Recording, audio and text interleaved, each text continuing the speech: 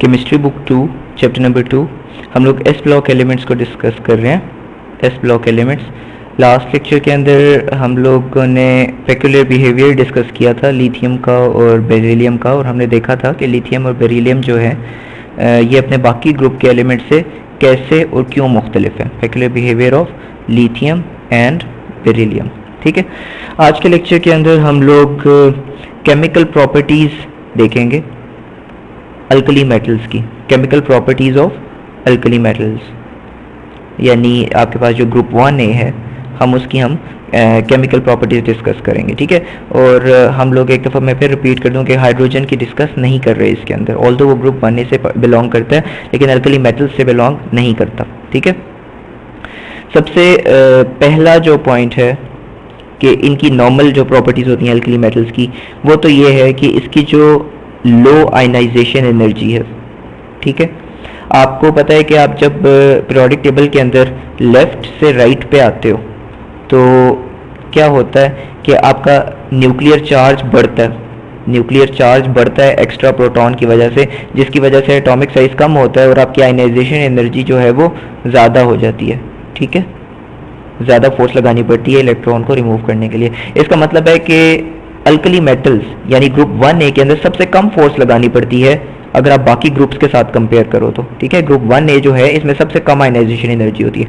कम ionization energy का मतलब है इजीली इलेक्ट्रॉन रिमूव हो सकता है। फॉर एग्जांपल अगर आप सोडियम की बात करते हो तो सोडियम क्या करेगा कि बहुत इजीली ये इलेक्ट्रॉन रिमूव कर देगा और इसकी आयनाइजेशन एनर्जी बहुत कम होगी। ठीक है, निस्बतन आप अगर एल्यूमिनियम की बात करते हो तो एल्यूमिनियम के अंदर आयनाइजेशन एनर्जी अगर एक ही इलेक्ट्रॉन आप निकाल रहे हो तो वो हायर होगी। ठीक है, आयनाइजेशन एनर्जी इसकी ज़्यादा होगी सोडियम की। तो पहली बात तो ये कि इसकी आयनाइजेशन एनर्जी कम होने की वजह से ये बहुत इजीली इलेक्ट्रॉन डोनेट कर सकता है, जिस बात का मतलब ये हुआ कि ये बहुत इलेक्ट्रो पॉजिटिव होता है। ठीक है, हम पूरे ग्रुप की बात कर रहे हैं, अब सिर्फ लिथियम की बात नहीं हो रही। ये जो पूरा ग्रुप है ये हाईली इलेक्ट्रो पॉजिटिव है। ठीक है, और बहुत इजीली ये इलेक्ट्रॉन डोनेट कर रहा है, और इसका मतलब है जो इलेक्ट्रॉन डोनेट कर रहा है किसी दूसरे के अंदर ऐड हो जाएगा और इलेक्ट्रॉन की एडिशन रिडक्शन कहलाती है।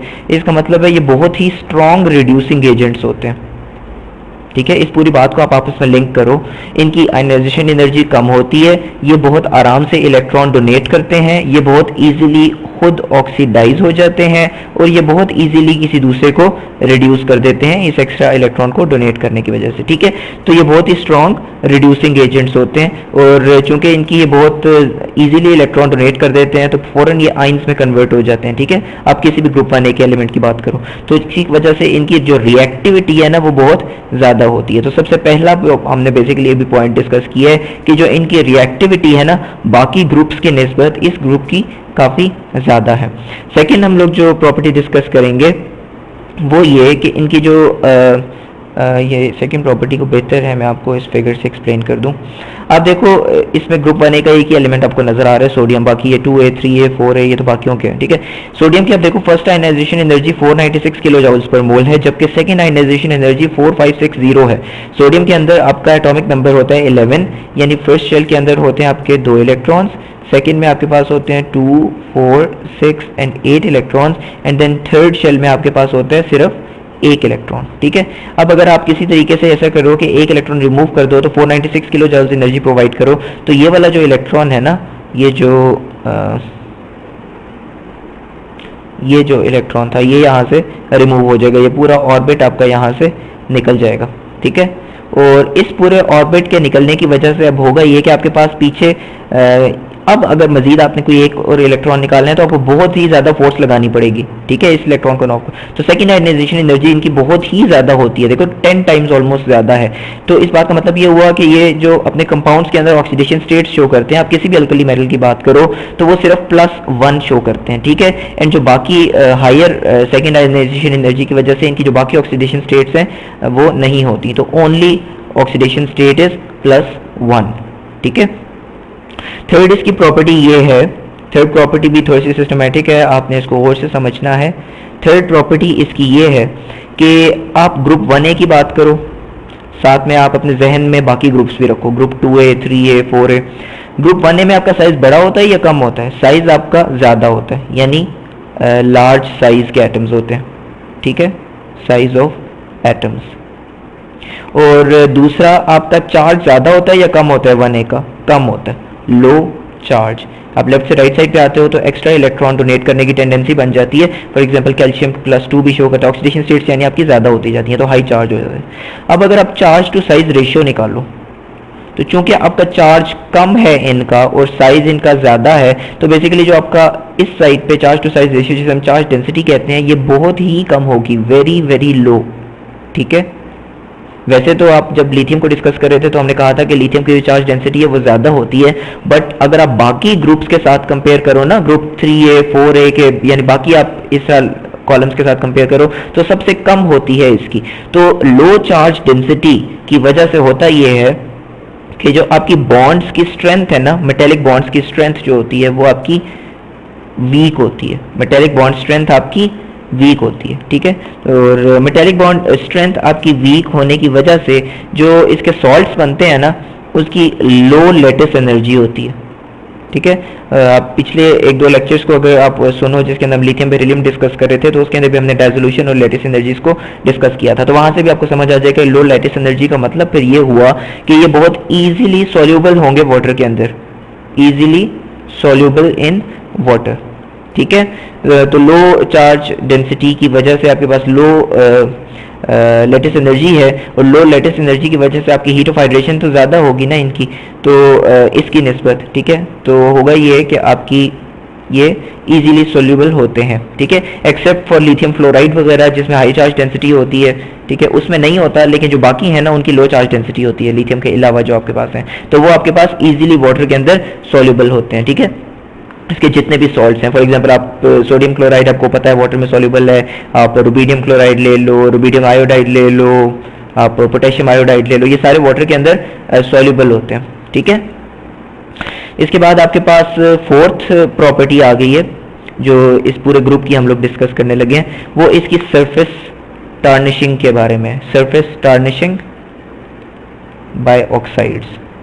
ठीक है, अब होता ये है बेसिकली कि आपको जब लिथियम भी मैंने डिस्कस किया था, मैंने आपको बताया था कि जो लिथियम है ना वो ऑक्सीजन के साथ रिएक्ट करके नॉर्मल ऑक्साइड प्रोड्यूस करता है। नॉर्मल ऑक्साइड Li2O होगा नॉर्मल ऑक्साइड, जो सिंपल ऑक्साइड है -2 ऑक्सीडेशन स्टेट के साथ। आपके पास फिर पर ऑक्साइड होता है -1 ऑक्सीडेशन स्टेट के साथ, और फिर सुपर ऑक्साइड होता है -1/2 ऑक्सीडेशन स्टेट के साथ। ठीक है, ये सिंपल ऑक्साइड है, ये पर है, और ये सुपर ऑक्साइड है आपके पास। ठीक है, तो लिथियम का ऑक्साइड जो Li2 है ना, O है, ये फौरन आपका बन जाता है, और लिथियम ऑक्साइड जब ये आपका एटमॉस्फेयर के अंदर जब ये बनता है ना, तो एटमॉस्फेरिक ऑक्सीजन के साथ रिएक्ट करने के बाद लिथियम ऑक्साइड बना, और लिथियम ऑक्साइड पे फर्दर कार्बन डाइऑक्साइड के साथ रिएक्ट करके आपका लिथियम कार्बोनेट बना देता है, जो कि Li2CO3 है आपके पास।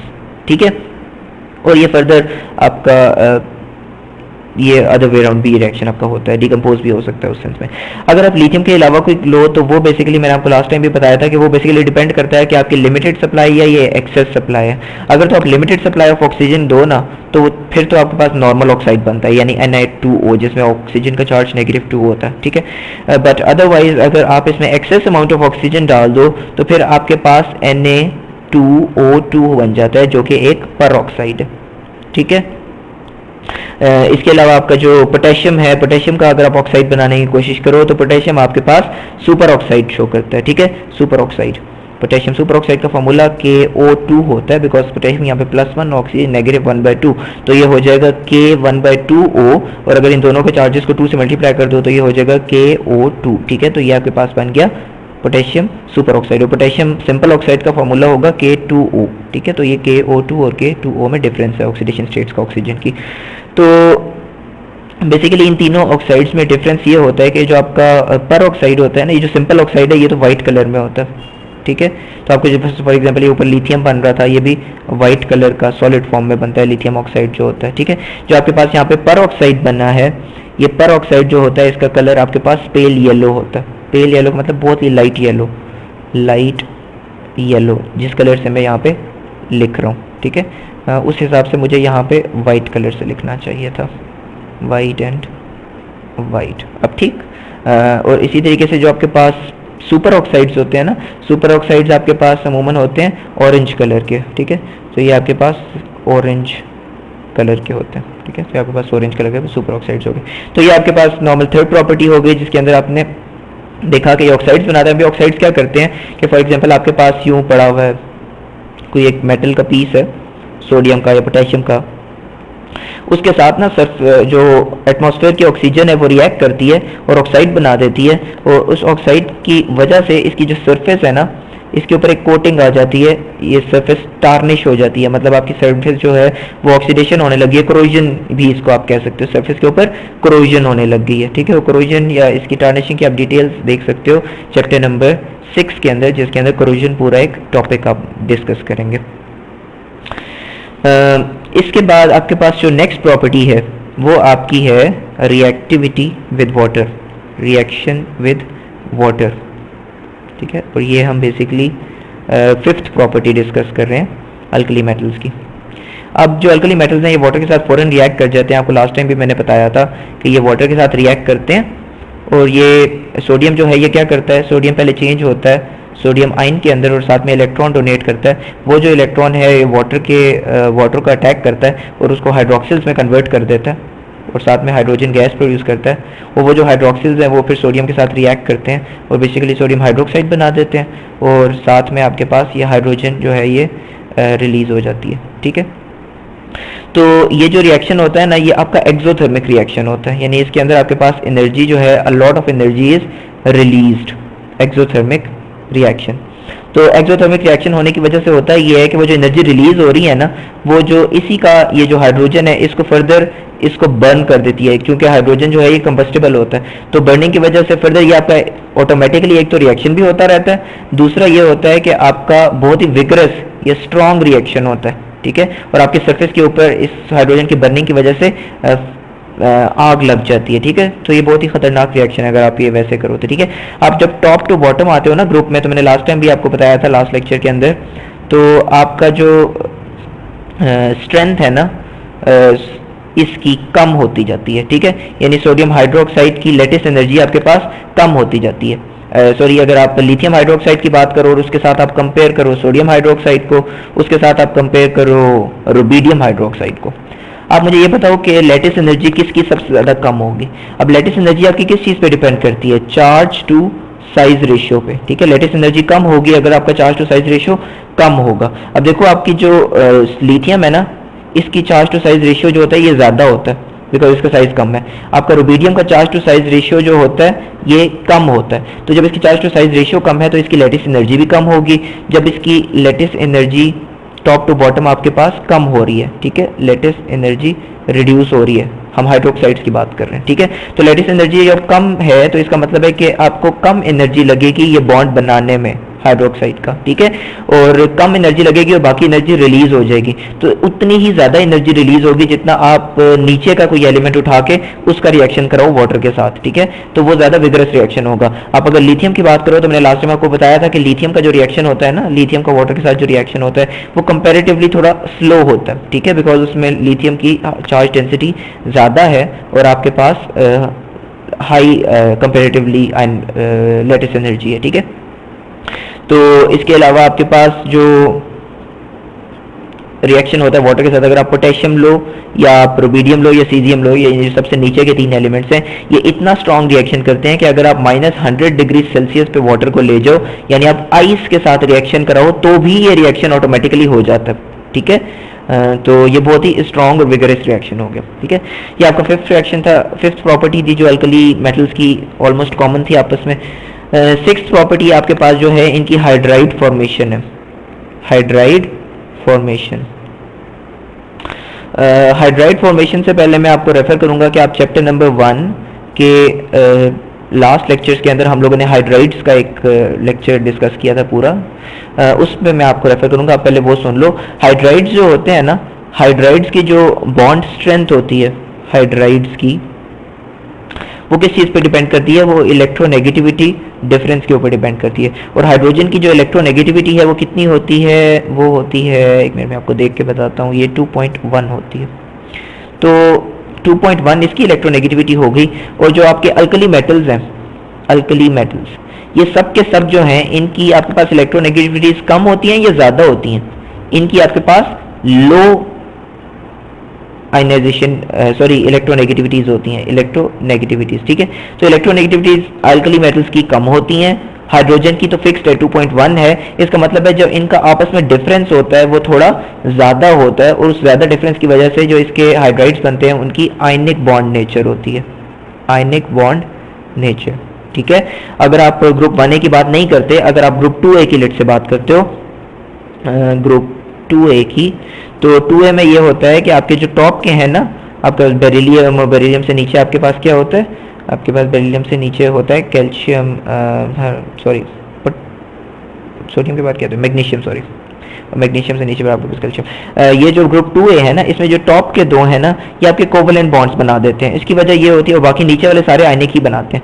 तो वो आप वहाँ पे जाके आप क्लासिफिकेशन देख लो आयनिक और कोवलेंट बॉन्ड्स की, कि हाइड्राइड फॉर्मेशन में आपके जो ग्रुप 1 है ना, वो सारे के सारे आयनिक बॉन्ड्स बनाते हैं, ठीक है।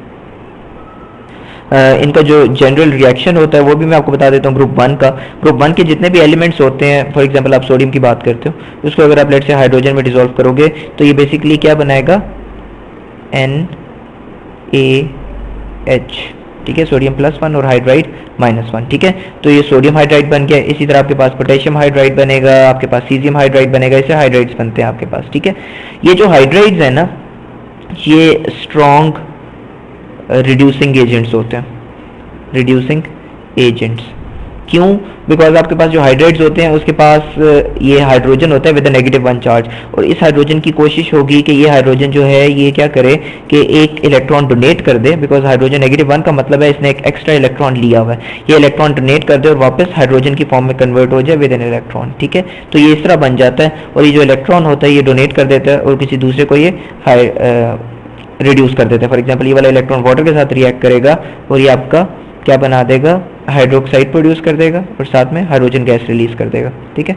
तो इन सारी बातों इकट्ठे अगर मैं लिखूं, अगर यहाँ पे हाइड्राइड ना होता, अगर सोडियम हाइड्राइड होता, तो ये होता कि फिर हाइड्राइड आइन जो है वो हाइड्रोजन और इसमें चेंज होता, और ये जो हाइड्रोजन है ये दोनों मिलकर हाइड्रोजन गैस बना देते, ठीक है। और सोडियम जो है वो इस हाइड्रोक्साइड के मिलकर सोडियम हाइड्रोक्साइड बना देता, ठीक है, NaOH, ठीक है। तो इस तरह आपके रिएक्शंस होते हैं, यानी आपके पास सबसे पहले फॉर एग्जांपल लिथियम हाइड्राइड का आप रिएक्शन कराते हो वाटर के साथ, तो पहले लिथियम चेंज, जो हाइड्राइड है ना ये पहले चेंज होगा हाइड्रोजन में और एक इलेक्ट्रॉन डोनेट करेगा, वो जो एक इलेक्ट्रॉन है वो अटैक करेगा वाटर को और वाटर को वो रिड्यूस कर देगा, और ये जो हाइड्रोजन है ये इटसेल्फ ऑक्सीडाइज होके ये इस जीरो ऑक्सीडेशन स्टेट में चला जाएगा, ठीक है। तो ये आपके पास लिथियम हाइड्रोक्साइड और साथ में हाइड्रोजन गैस लिबरेट हो जाएगी, ठीक है। तो ये इसका नेक्स्ट प्रॉपर्टी होगी थी हाइड्राइड फॉर्मेशन के अंदर हम लोगों ने देखा। और इसके बाद जो 7th प्रॉपर्टी है, बस अभी आई थिंक लास्ट प्रॉपर्टी के ऊपर हम लोग आ गए हुए हैं, जो आपके पास 7th प्रॉपर्टी है वो इसकी ये है कि नाइट्राइड और जो कार्बाइड फॉर्मेशन है, लास्ट लेक्चर के अंदर जब हम पेक्यूलियर बिहेवियर देख रहे थे तो मैंने आपको बताया था कि जो नाइट्रोजन है ना ये क्या करता है, लिथियम जो है वो नाइट्रोजन के साथ रिएक्ट करके लिथियम नाइट्राइड बनाता है, यानी Li3n, नाइट्रोजन 3 बॉन्ड्स बनाता है, लिथियम 1 इस वजह से, और आपके पास जो लिथियम कार्बन के साथ रिएक्ट करके लिथियम कार्बाइड बनाता है, ठीक है। 4 यहाँ पे आएगा, जो है ये 4 बॉन्ड्स बनाता है, तो यहाँ पे आपके पास लिथियम 4 कार्बाइड, ठीक है। ये जो रिएक्शंस मैंने 2 लिखे हैं ये बाकियों के नहीं होते। फॉर एग्जांपल अगर आप सोडियम का रिएक्शन करो कार्बन के साथ तो ये सोडियम कार्बाइड आपके पास यूँ नहीं बनता, ठीक है। एक तो ये हो गया। दूसरा आपके पास एक तो नाइट्राइड और कार्बाइड फॉर्मेशन होगी, अब फिर नेक्स्ट है हेलाइड फॉर्मेशन, ठीक है, हेलाइड फॉर्मेशन। जो आपके अल्कली मेटल्स हैं ना नॉर्मली ये आपके हेलाइड्स बहुत इजीली बना देते हैं। फॉर एग्जांपल आप सोडियम के अंदर क्लोरीन गैस को पास करो तो ये आपके पास सोडियम क्लोराइड बन जाएगा, ठीक है। सोडियम तो आपका सॉलिड होता है, क्लोरीन आपके पास नॉर्मली गैस होती है। आप ये करते हो कि पहले इसको मेल्ट करते हो, ठीक है, और मेल्ट करते हो और जब ये लिक्विड फॉर्म में होता है इसके ऊपर से आप उसको पास कराते हो क्लोरीन गैस को, तो आपके पास सोडियम क्लोराइड बनता है, ठीक है। जब आप टॉप टू बॉटम आते हो ना, टॉप टू बॉटम किसी एक ग्रुप के अंदर, तो आपके पास ये होता है कि आपकी लैटिस एनर्जीज जो होती हैं वो डिक्रीज कर रही होती है, और लैटिस एनर्जी के कम होने की वजह से आपके पास जो क्या होता है कि ये रिएक्शन इजी हो जाता है, यानी आपका या अगर फॉर एग्जाम्पल आप सीजियम क्लोराइड बना रहे हो तो वो बहुत ईजिली बन जाएगा निस्बतन सोडियम क्लोराइड के। ठीक है, तो ये भी एक ट्रेंड हो गया। और लास्ट ट्रेंड आपके पास ये है कि जो अल्कली मेटल्स होते हैं सब के सब सल्फाइड्स बनाते हैं। फॉर एग्जांपल आप सोडियम को सल्फर के साथ रिएक्ट करोगे तो सोडियम सल्फाइड बनेगा, जिसका फॉर्मूला क्या होगा Na2S, because sulphur negative 2 oxidation state show करता है। इस तरह पोटेशियम सल्फाइड सल्फर के साथ रिएक्ट करोगे पोटेशियम सल्फाइड बनेगा विद K2S। ठीक है, so that's it for this lecture. Next lecture के अंदर हम लोग अल्कलीन अर्थ मेटल्स जो है ना, अल्कलीन अर्थ मेटल्स, उनको हम लोग डिस्कस करेंगे कि वो क्या ट्रेंड्स शो करते हैं सारे के सारे।